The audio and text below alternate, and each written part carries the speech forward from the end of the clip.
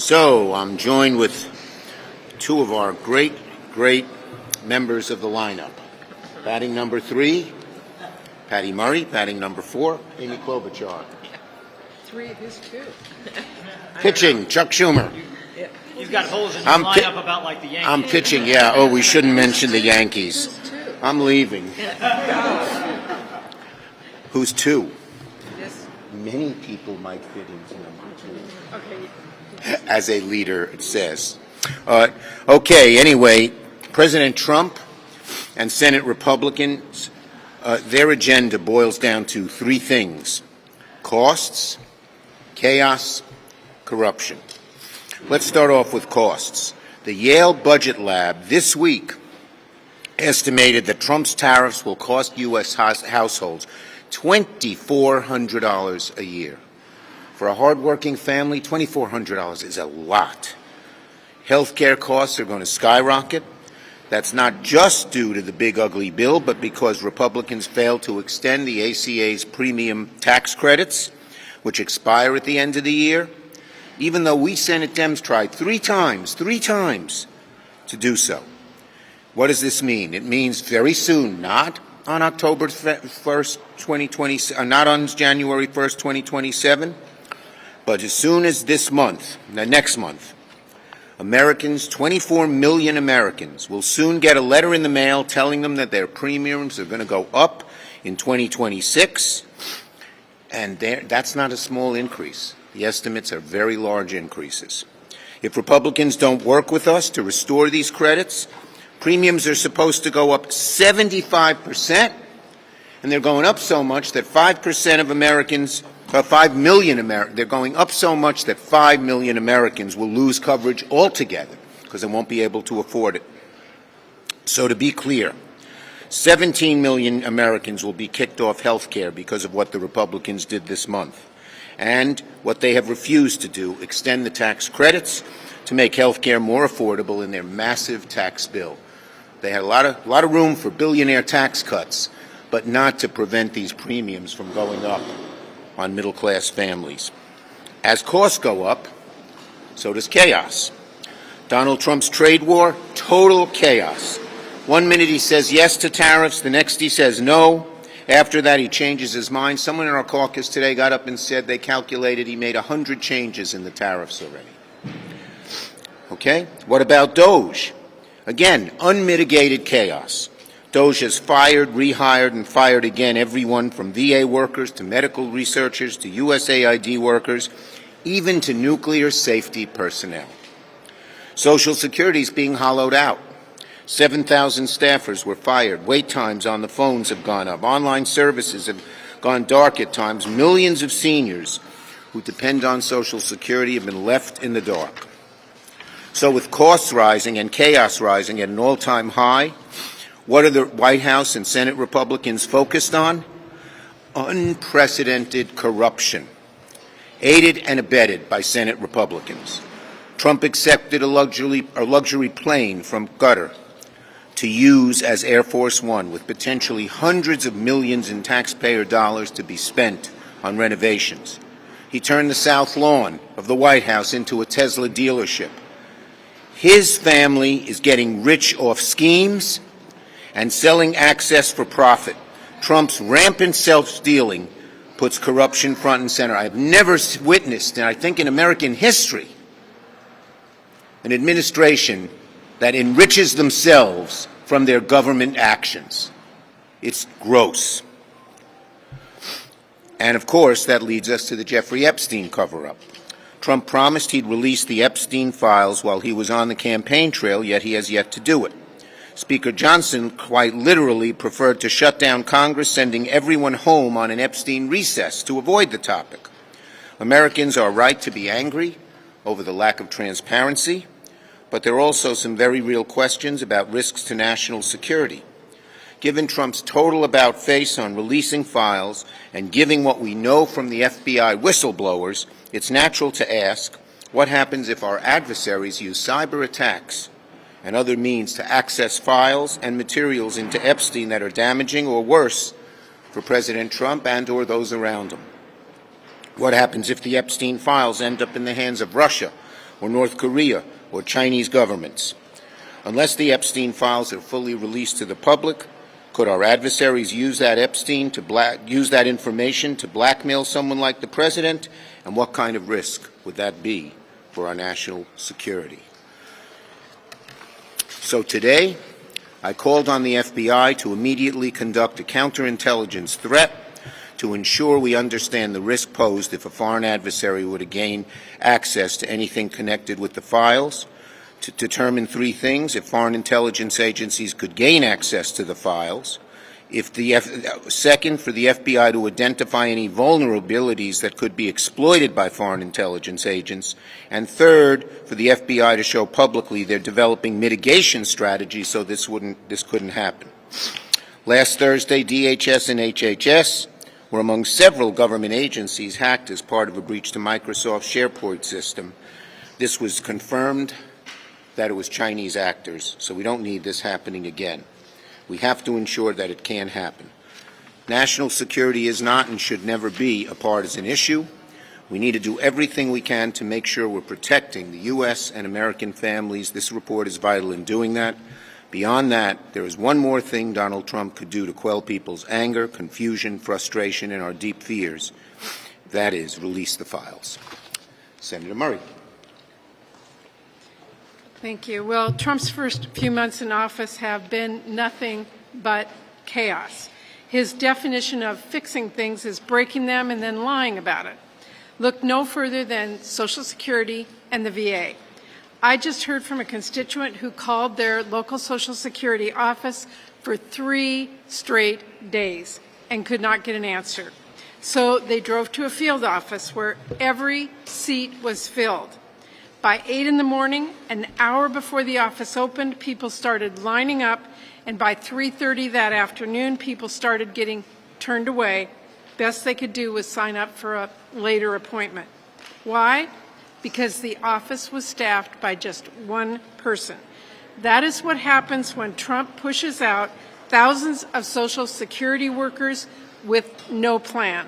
That's what happens when Trump pulls people off of casework to answer phones. And that's what happens when Republicans blow trillions on tax breaks for billionaires while DOGE penny pitches by gutting Social Security. Here's a message for Donald Trump. Seniors in this country who need their Social Security do not want to deal with an AI chatbot. The people pay for Social Security. The government owes the people that money. It is not Donald Trump's money. When you make it nearly impossible for Americans to get their benefits, that is a benefit cut. This chaos cannot continue.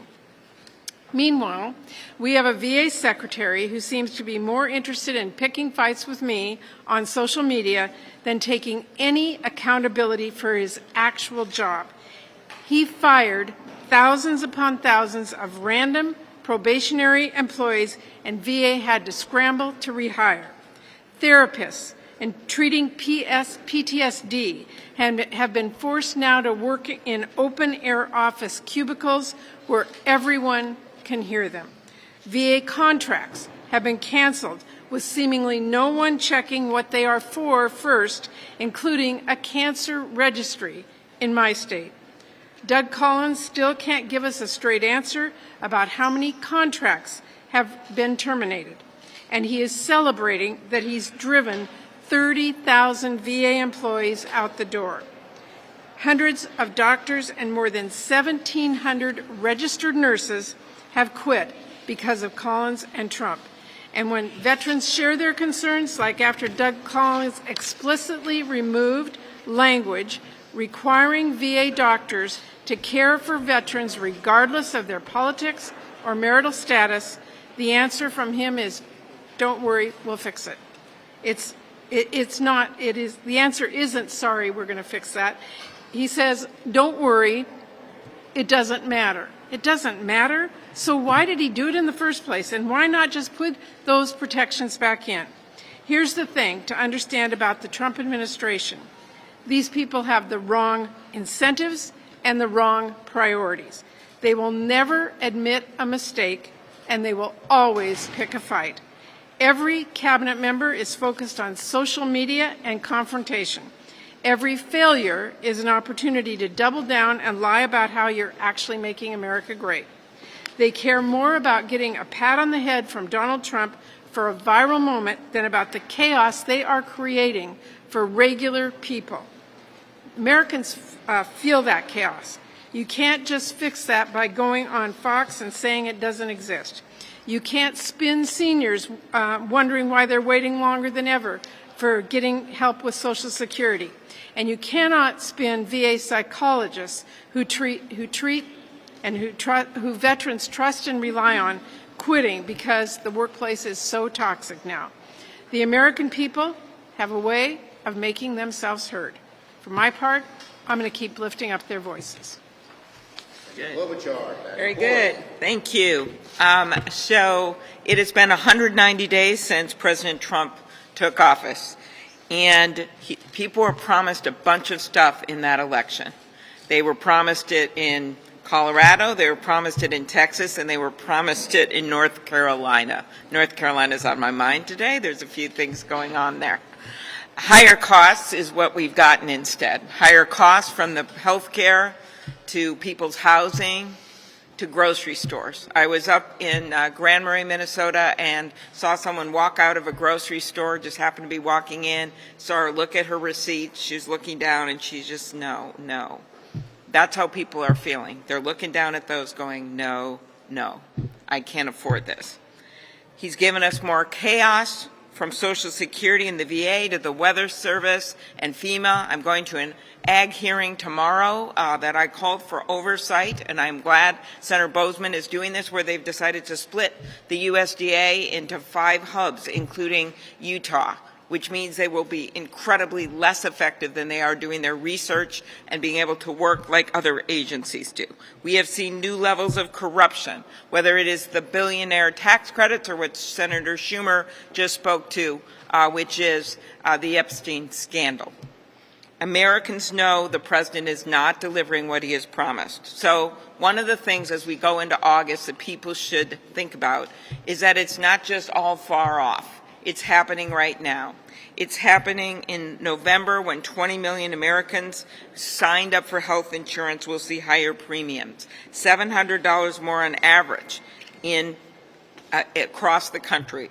In Minnesota, Michigan, and Maine, we're going to see premium increases up by 15% for the Affordable Care Act plans. In Texas, Georgia, and Vermont, they may surge by more than 20%.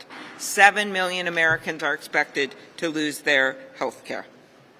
Rural hospitals. I went on a tour of those over the weekend, and I can tell you they are hanging on already by a string.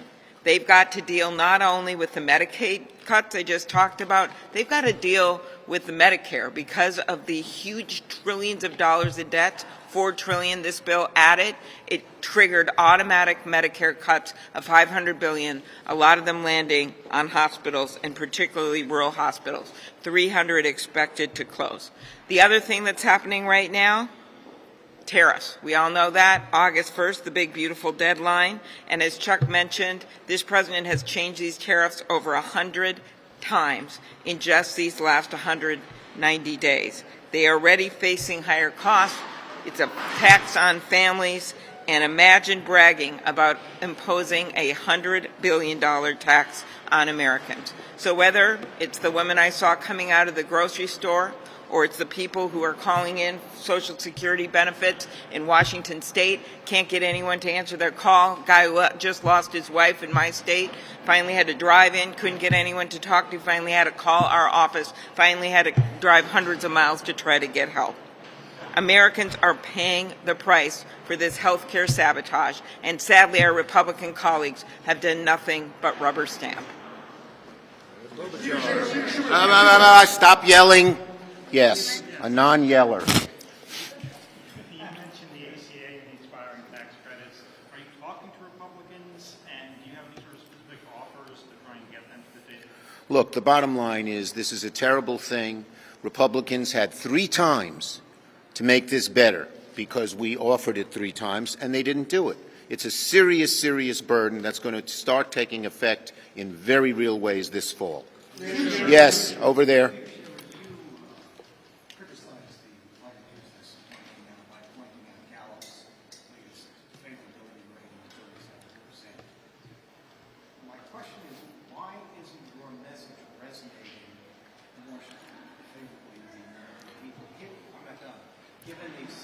Neither am I.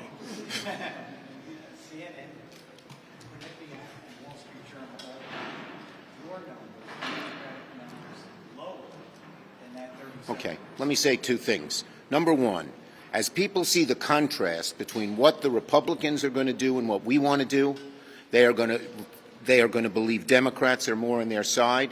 In one of the very polls you cited where they said Democrats were lower, they still asked, do you prefer Democrats or Republicans? Democrats, even now, we're up 3.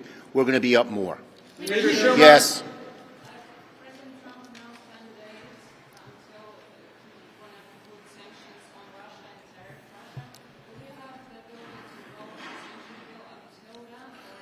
Look, I very much want to do the sanctions bill. I think it has like 84 co-sponsors, including myself and Senator Thune. We have to be tough with Putin. He's taking advantage. I think the president's even becoming exasperated. So we hope we can move the tariff bill quickly. Thank you, everybody.